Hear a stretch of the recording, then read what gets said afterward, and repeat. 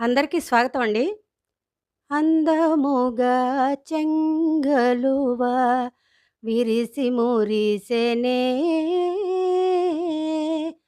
పులకించెనేమో పులకించెనేమో రేరాజు చేయి సోకినాదు ప్రేమ భాగ్యరాశి నీవే ప్రేయసి మీ చెలిమి నా మనసే ధన్యమాయె గానాదు ప్రేమ భాగ్యరాశి నీవే ప్రేయసి. నా మనసే కాదేమో నా తనువే అనుకుంటా. నాకు పాత పాటలన్నీ చాలా ఇష్టం అండి. నేను పుట్టకముందు కూడా సేకరించి పెట్టుకుని వింటూ ఉంటా నేను. ఇకపోతే మనం ప్రతి ఆదివారం చెప్పుకునే కథల్లో భాగంగా ఈరోజు ఈ కథ. మరి కథలోకి వెడదామా? మా మావయ్యది వృషభ రాశి, అత్తయ్యది వృశ్చిక రాశి. ఒకరు వృషభం, ఇంకొకరు వృశ్చికం. అందుకనే కాబోలు 45 ఏళ్ల పైబడి కాపురం చేస్తున్నా తెల్లారి లేచిన దగ్గర నుంచి ఇద్దరికీ ఒక్క క్షణం పడేది కాదు. తెల్లారడం తర్వాయి ఇక మొదలవుతుంది. టూత్పేస్ట్ ట్యూబు అడుగు నుంచి నొక్కాలని, పేస్ట్ వేసుకున్నాక క్యాప్ టైట్గా పెట్టాలని ఎన్నిసార్లు చెప్పాను? నా మాట వినిపించుకోవా అంటూ బాత్రూంలోంచే అరుస్తున్నారు మామయ్య. ఏమిటి, ఇందాకడి నుంచి చూస్తున్నాను, తెల్లారిందో లేదో ఎంతసేపు నా తప్పులెంచడమేనా మీ పని? పేస్ట్ రావడం ముఖ్యం కానీ ఎక్కడి నుంచి నొక్కితే? అయినా నా ట్యూబు, నా పేస్టు, నా నోరు, నా ముఖము నా ఇష్టం. ఎలా కడుక్కుంటే మీకెందుకు? ఇక్కడ కూడా మీ పెత్తనమేనా? చూస్తున్నాగా, ప్రతిదానికి ఏదో వంక పెట్టి దుమదుమలాడడం అలవాటైపోయింది అంటూ మాటకి మాట జాడించేసింది అత్తయ్య. అసలు అత్తయ్య హై స్కూల్లో చదివేటప్పుడే ఆ రోజుల్లోనే మగాళ్ళ మీద సాగనీయం, ఇకపై పురుషాధిక్యం, ఆగనీయం, ఇంతుల స్వాతంత్ర్య రథం మారనీయం, స్త్రీ పురుష సమానత్వం అంటూ కవిత్వం రాసింది. మామయ్యకి అప్పుడు అది గుర్తొచ్చింది. అంతే, మళ్ళీ కిక్కురుమంటే ఒట్టు. ఇదిగో కాఫీ అంటూ సాగదీస్తూ వంటింట్లో కిటికీలోంచే అందించింది అత్తయ్య. కిటికీ బయట షేవింగ్ చేసుకుంటున్న మామయ్యకు, అదిగో అదే వద్దన్నాను, షేవింగ్ చేసుకున్నాక ఆ లుంగీ పంచతో ముఖం తుడుచుకోవద్దని ఎన్నిసార్లు చెప్పినా మానరుగా అంటూ బయటకొచ్చింది. ఎలాగూ స్నానం చేసేటప్పుడు తడిపేసేదేగా అన్నాడు మామయ్య తేలిగ్గా. తడిపితే మాత్రం వెంట్రుకలున్న ఆ సబ్బు నూరుగా పంచికి అంటుకుంటే చూడ్డానికి అసహ్యంగా ఉంటుంది అంటూ రుసరుసలాడింది. అయ్యా, ఇలా తెల్లారగానే ప్రారంభమయ్యే వాగ్యుద్ధం రాత్రి పడుకోబోయేదాకా ఏదో ఒక విషయం మీద సాగుతూనే ఉంటుంది. అయినా 45 ఏళ్ల నుంచి మాట అనుకుంటూనే సంసారాన్ని నెట్టుకొచ్చేశారు. పిల్లలు పెద్దవాళ్ళై పెళ్ళిళ్ళై ఎవరి దోవన వాళ్ళు కాపురాలకు వెళ్ళిపోయారు. ఇదిగో ఇక ఇప్పుడు ఒంటికాయ సొంటి కొమ్ముల ఇద్దరే మిగలడంతో పని తక్కువ, తీరిక ఎక్కువ కావడంతో తీరుబడిగా కూర్చుని గిల్లి కజ్జాలాడుకోసాగారు.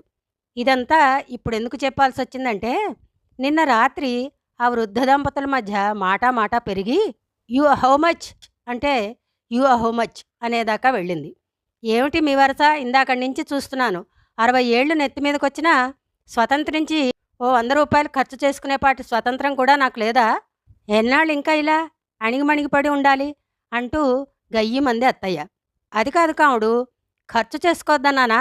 అయితే దేనికెంత ఖర్చు చేశావో చెప్పమంటున్నా.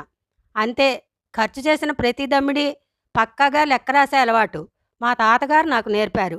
అందుకని అదేం కాదు, నాకు తెలుసు మీ మనసులో ఏముందో. నేను అక్కడికేదో మా వాళ్లకు దోచి పెట్టేస్తున్నానని మీ అనుమానం.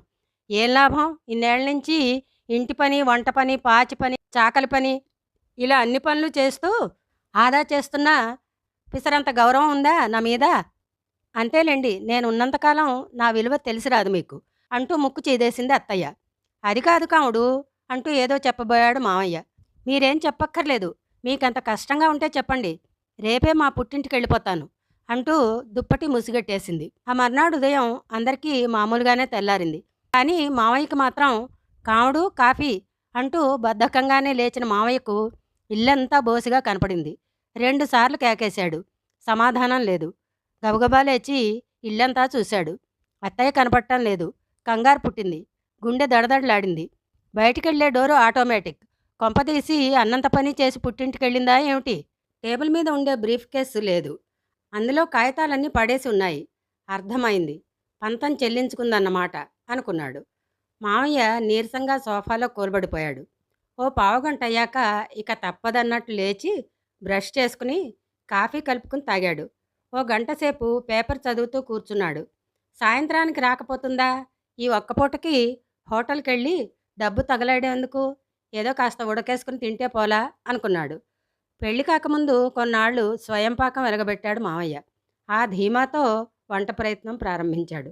గిన్నెలో బియ్యం పోసి కడిగి కాసి నీళ్లు పోసి స్టవ్ మీద పెట్టాడు. పొట్లకాయ ముక్కలు తరిగి ఉప్పు రాసి పిండి బూర్లెమూకుడులో నూనెలో పడేశాడు.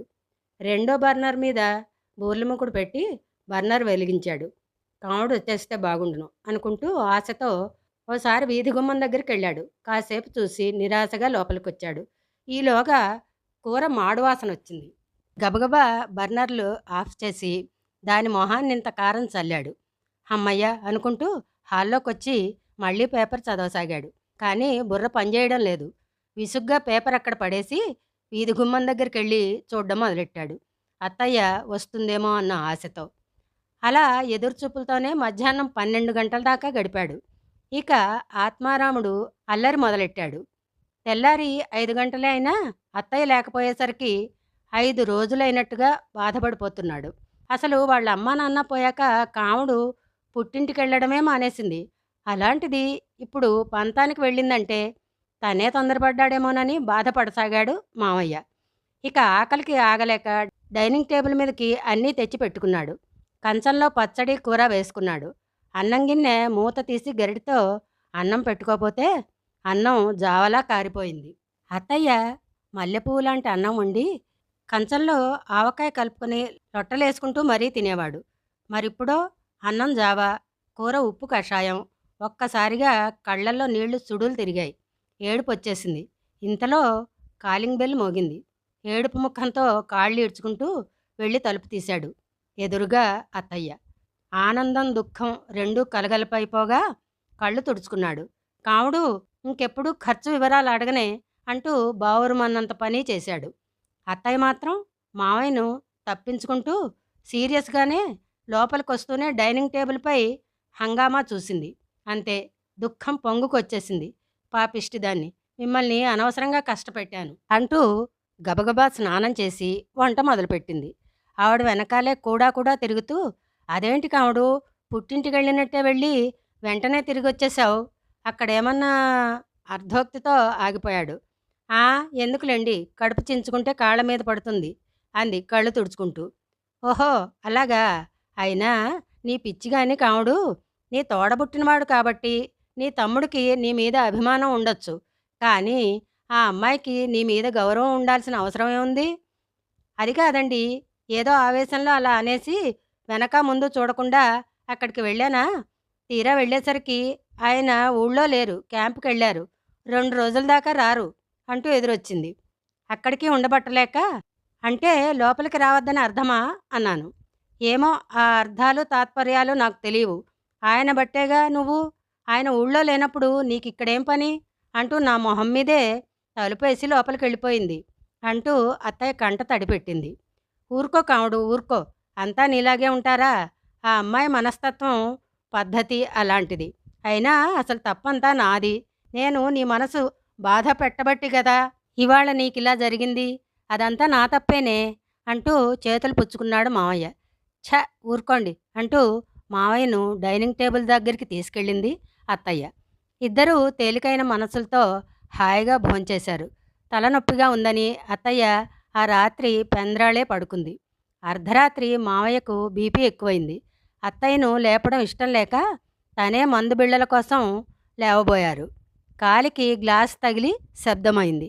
అత్తయ్యకు మెలకువ వచ్చింది. గబగబా లేచి మావయ్యను కూర్చోబెట్టి ట్యాబ్లెట్ వేసి మంచినీళ్ళు ఇచ్చింది. తలనొప్పి ఎక్కువగా ఉందా కాముడు అంటూ అత్తయ్య కణతల మీద ఆయింట్మెంట్ పూశాడు. మావయ్య ఛాతీ మీద అత్తయ్య నెమ్మదిగా నిమరసాగింది. క్షణంలో ఇద్దరూ నిద్రలోకి జారుకున్నారు. రుచులు, అభిరుచుల్లో తేడాలున్నా, మనస్తత్వాలు వేరైనా, మధ్య మధ్యలో మనస్పర్ధలు వచ్చినా, స్త్రీ పురుషులిద్దరినీ కడదాకా కట్టిపడేసేదే ఈ వివాహ బంధం. అందుకే మన భారతీయ సంస్కృతిలో ఈ దాంపత్య జీవితానికి అత్యంత విశిష్టమైన, పరమ పవిత్రమైన స్థానం ఉంది. వైవాహిక జీవిత ప్రథమాంకంలో యవ్వనపు పొంగుల్లో చేరువయ్యేటప్పుడు ఉండే తహతహ, తమకం తీరు వేరు. చరమాంకంలో చేరువయ్యే చేరికలో ఉండే అనురాగం, ఆపేక్ష, ఆప్యాయతల దారి వేరు.